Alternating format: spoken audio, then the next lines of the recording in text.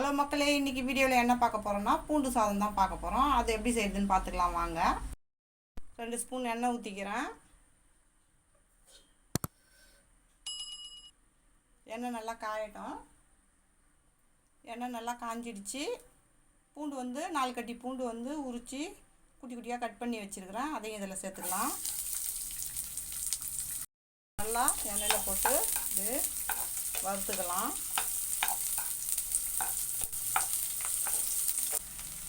நல்லா கோல்டன் ப்ரௌனாக வரட்டும். அது வரைக்கும் நம்ம பூண்டை நல்லா வறுத்துக்கலாம். பொரிஞ்சிடுச்சு. இப்போ இதை நம்ம ஒரு கிண்ணத்துக்கு மாற்றிக்கலாம். 1/2 ஸ்பூனு கடுகு சேர்த்துக்கிறேன். பூண்டு வறுத்த எண்ணெயிலே தான் நம்ம கடுகு போட்டிருக்கிறோம். கடுகு நல்லா பொரியட்டும். 1/2 ஸ்பூன் வெள்ளை உளுந்து சேர்த்துக்கிறோம். இதில் 1/2 ஸ்பூனு கடலப்பருப்பு போட்டுக்கிறோம். நல்லா கோல்டன் ப்ரௌனாக வரட்டும். அது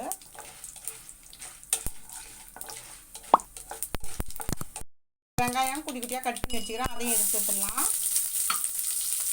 இதையும் நல்லா வதக்கிக்கலாம்.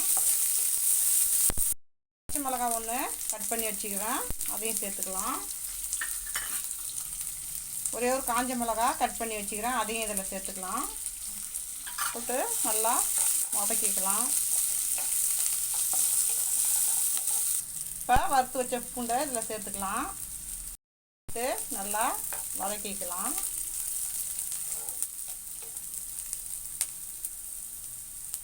சாதம் வடித்து ஆற வச்சுருக்கிறேன். அதை இதில் சேர்த்துக்கலாம். நம்ம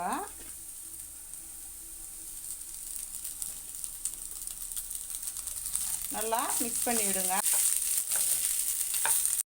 1/2 ஸ்பூன் பெப்பர் பொடி சேர்த்துக்கிறோம். அதில் இந்த சாதத்துக்கு தேவையான உப்பு ஒரு 1/2 டீஸ்பூன் சேர்த்துக்கிறேன்.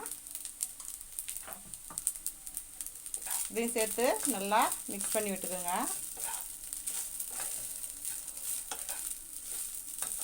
கடைசியாக மல்லித்தழையை தூவிக்கலாம். அவ்வளோதான், நம்மளுடைய பூண்டு சாதம் சூப்பராக ரெடி ஆயிடுச்சு. இதை ஒரு பிளேட்டுக்கு மாற்றிக்கிறேன். நான்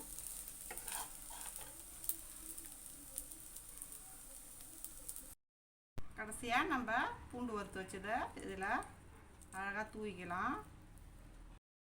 நம்மளுடைய பூண்டு சாதம் சூப்பராக ரெடி ஆயிடுச்சு. இந்த வீடியோ பிடிச்சிருந்ததுன்னா லைக் பண்ணுங்கள், ஷேர் பண்ணுங்கள், கமெண்ட் பண்ணுங்கள். மறக்காமல் நம்ம சேனலை சப்ஸ்கிரைப் பண்ணிவிட்டு பக்கத்தில் இருக்க பெல் ஐக்கான் கிளிக் பண்ணி ஆல் கொடுத்துருங்க. தேங்க்ஸ் ஃபார் வாட்சிங்.